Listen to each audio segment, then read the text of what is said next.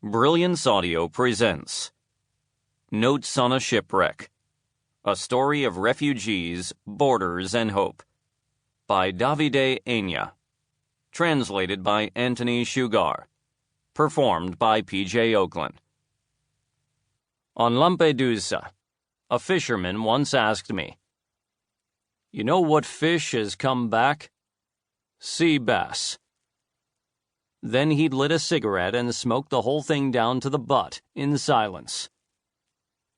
"And you know why sea bass have come back to this stretch of sea? You know what they eat?" "That's right." And he'd stubbed out his cigarette and turned to go. There was nothing more, truly, to be said.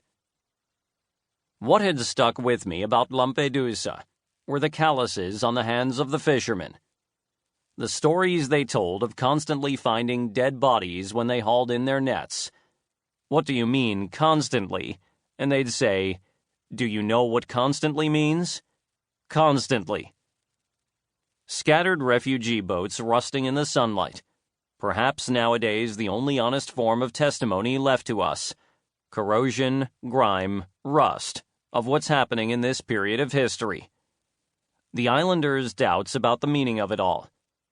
The word landing, misused for years, because by now these were all genuine rescues, with the refugee boats escorted into port and the poor devils led off to the temporary settlement center. And the Lampedusans who dressed them with their own clothing in a merciful response that sought neither spotlights nor publicity, but just because it was cold out, and those were bodies in need of warmth. Haze blurred our line of sight. The horizon shimmered. I noticed for what must have been the 1,000th time how astonished I was to see how Lampedusa could unsettle its guests, creating in them an overwhelming sense of estrangement. The sky so close that it almost seemed about to collapse on top of us. The ever-present voice of the wind. The light that hits you from all directions.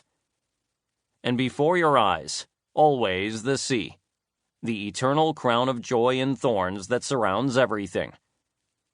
It's an island on which the elements hammer at you with nothing able to stop them. There are no shelters. You're pierced by the environment, riven by the light and the wind. No defense is possible. It had been a long, long day. I heard my father's voice calling my name, while the Scirocco tossed and tangled my thoughts. I happened to meet the scuba diver at a friend's house. It was just the two of us. The first persistent sensation was this. He was huge. His first words were these: "No tape recorders." He went over and sat down on the other side of the table from me and crossed his arms. He kept them folded across his chest the whole time. "I'm not talking about October 3rd, he added, his mouth snapping shut after these words in a way that defied argument. His tone of voice was consistently low and measured, in sharp contrast with that imposing bulk. Sometimes in his phrases, uttered with the sounds of his homeland.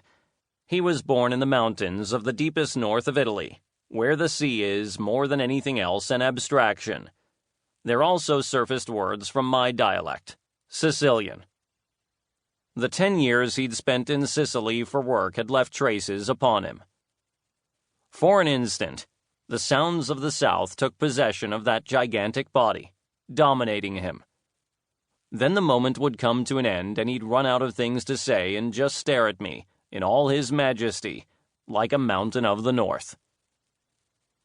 He'd become a diver practically by sheer chance, a shot at a job that he'd jumped at immediately after completing his military service. We divers are used to dealing with death.